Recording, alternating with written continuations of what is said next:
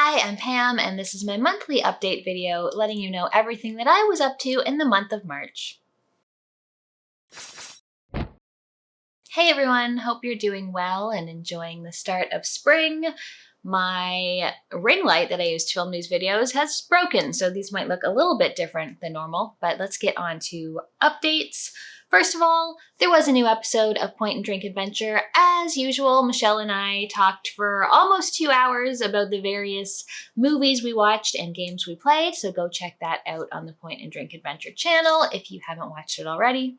I also had a cool sponsorship last month from Volunteer the Ascension, which was a Metroidvania I had on my games I was watching list, so it was cool to for them to contact me and ask if I wanted to have a video just to show it off for people. The game is currently in early access. I didn't know at first that it was only going to be in early access, but hopefully it'll be releasing in full by the end of the year. And the early access content was quite a lot. Like, I did play it for probably 12 to 14 hours, but check that one out also if you haven't seen it.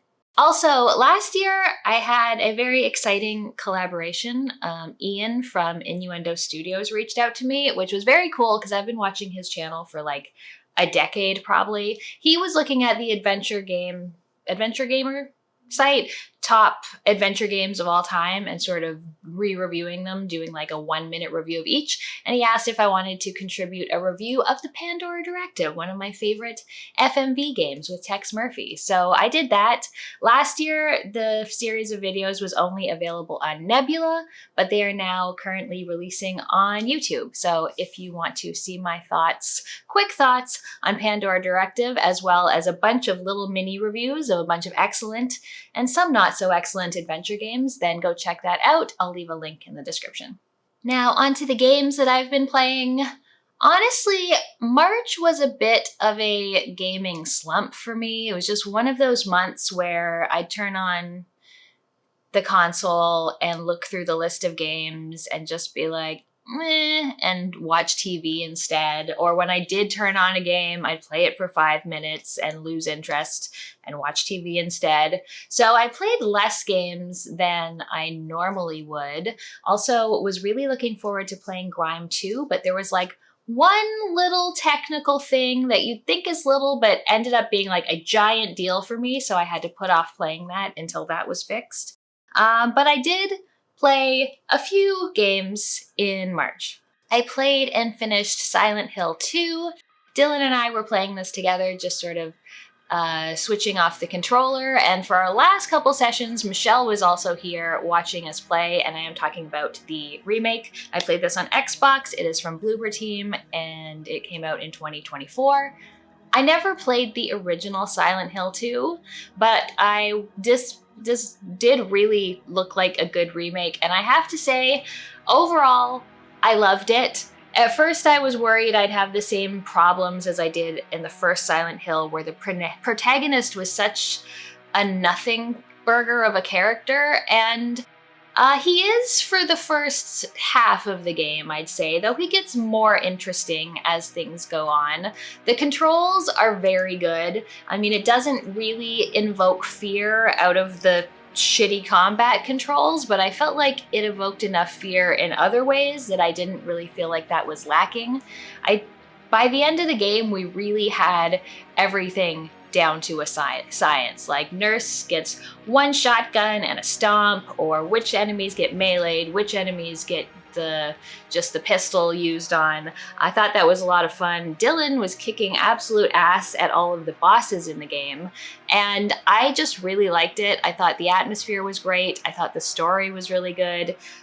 When we got the ending, we got the in-water ending, which I thought was very fitting, and I was very happy about it. I did go and watch all of the endings afterward because I'm not playing it again. But yeah, I was really happy with the story, the gameplay. It looks great, it sounds great. There was like, for the first half of the game, I'm like, this isn't really scary. And then I think it was when we left the hospital and got back into the town at night, and I was like, you know what? I'm kind of scared now. So overall, I just thought it was fantastic. Also, I love that you can just break so much shit in the game. I love just breaking car windows and finding bullets in back seats and things. That feels so good. Yeah, really love Silent Hill. I would definitely be interested in playing remakes of any other ones that they do. Over on Twitch, I've been playing a number of adventure games. I think I finished a couple last month. One was Monkey Island 2, LeChuck's Revenge. And I love The Secret of Monkey Island. It's one of my earliest adventure games. Tons of nostalgia for it. Monkey Island 2 I've played once before, and it was as an adult. And I don't love Monkey Island 2. I still like the writing. The pixel art is beautiful. It's funny. I don't particularly care for most of the puzzles and most of the gameplay. I've talked about this before in my ranking video, but the island setup and having to travel back and forth between islands just seems like such a time sink. And the whole final act of the game, I would say, is pretty bad. The part where you're sort of underground and LeChuck is teleporting in every either 4 seconds or 2 minutes. It seems entirely random while you look around for various items and figure out how to use them. It's just really annoying, actually. I know most people's biggest problem with Monkey Island 2 is the ending. I am actually fine with narratively what the ending does. I just find the gameplay at the end is pretty garbage. So yeah, Monkey Island 2, not my favorite. Definitely enjoy the third one more than the second. Also played through another game that I had been anticipating called Dead in Antares, and this is on PC. It is by Ishtar Games, and it just came out this year. This is the third game of the Dead in series. There was Dead in Bermuda, Dead in Vinland, and then this one. And this is basically what I call a spreadsheet game. It's a management game. It's very numbers heavy. You play a ship's crew who has gone out into space. The Earth is dying and you're trying to save Earth, but something bad has happened. You've crash landed on a planet. And so your crew of, I think, 8 people eventually all come out of cryo sleep and they have to explore this planet and build a base and survive.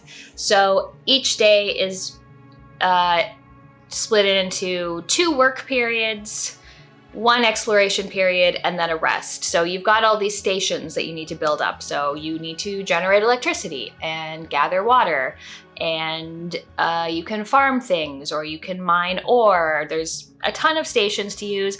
Each character has a stat sheet about their strength and their intelligence and their agility, which makes them better or worse at manning all of these stations as they go. So depending on their stats, that's how many of the particular thing they generate when they work at these stations.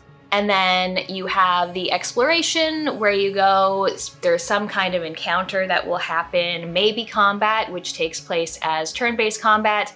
All the characters have their own class and different abilities, and you can build those up as well. And then at night you feed everyone and rest and generally try to keep everyone alive. You need to manage their hunger and their thirst and their stress and their physical injuries and sickness levels. And people can die if they top out on one of those things. So it's just one of those really good, crunchy management games that I like. I was pretty hooked on it. I do think it's the best one that I've played in the series so far. I will say it did outstay its welcome a little bit. Like, I think I was around 40 hours when I finally beat the game. I think once you reach around the halfway point, things take a little longer than I would like. Like, if they had just sort of sped up the exploration and creation and story by like 30%, I feel like that would have been the sweet spot. But I still really enjoyed this game and it had me hooked and playing it all the time. So if you like those kind of crunchy, stressy management games, then I definitely recommend Dead in Antares. A game that my co-op group on Wednesdays just finished is Gangs of Sherwood. We played this on Xbox. It is by Appeal Studios and it came out in 2023. This is a 4-player co-op game. It's like an action RPG, but also a little bit of a character action. Like, there's a lot of combos and things, like almost Devil May Cry-ish in terms of what you're doing in combat. You get rankings at the end of every fight. And this is a game about Robin Hood, basically, but it's in a World War I era steampunkish setting. So you have your 4 characters. You've got Robin, Marion, Little John, and Friar Tuck. And you're basically just going around fighting all the Nottinghams. There's so many Nottinghams to fight. You just go through each level, you release people who have been jailed, you steal money from the rich, you give it to the poor. It was fine. It was an okay game. It was janky at times. Like there was times we had to restart a level because something would get stuck, or we couldn't reach an enemy to kill it to start the next sequence. So that wasn't the best. The gameplay was all right, though it did get a little repetitive. My biggest complaint is that this game, made in 2023, had no option to invert the Y-axis. So playing this fucked me up for every other game that I was playing, because I feel like I'm getting old and my neural plasticity is just decaying, and it took me so long to recover back to my normal combat scheme on other games after this. But I'm glad that we finally finished a game. I feel like we haven't finished many co-op games this year, and finishing meant we got to start playing John Carpenter's Toxic Avengers, which is much, much better, and I will talk about once I've played that a little more. Another game that I finished on stream on Adventure Sundays was Full Throttle. Full Throttle is a game I reviewed a number of years back, but it's been a bit since I played it. This is one I played as a kid and then a few times throughout my life. This is by LucasArts. Double Fine did the remake/remaster of it, which came out in 2017. The original is from 1995. And I didn't mention this when I talked about Monkey Island, but I did play the remasters of both Monkey Island 2 and this. And Full Throttle Remaster is how you do a remaster. Like, the art is different. It's not pixel art anymore. It's smooth lines, but it retains the character of the original, as opposed to the remake of Monkey Island 1 and 2, where they take that beautiful pixel art and they just make it lifeless and bad. But the Full Throttle remake looks and sounds fantastic. This really is a game that would be like a great 90-ish minute cartoon, has fantastic voice acting in it, the story's interesting, whereas the gameplay honestly isn't the best. There's some of the regular sort of point-and-click adventure puzzles, but they put in motorcycle combat, which is fine, but it's also kind of random, and in the motorcycle fights you need to build up your arsenal of things to use, and some weapons will only work on some guys and other depending on the gangs, and that just gets kind of annoying. There's a terrible demolition derby section, which is just really not a fun time at all. So yeah, it's like Full Throttle looks great, sounds great.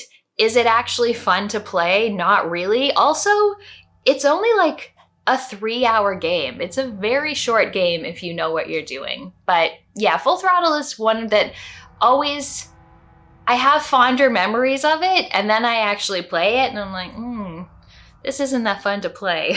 And the last game I finished is called The Invincible, and this is by Sherwood Industries, and it came out in 2023. I played it on Xbox.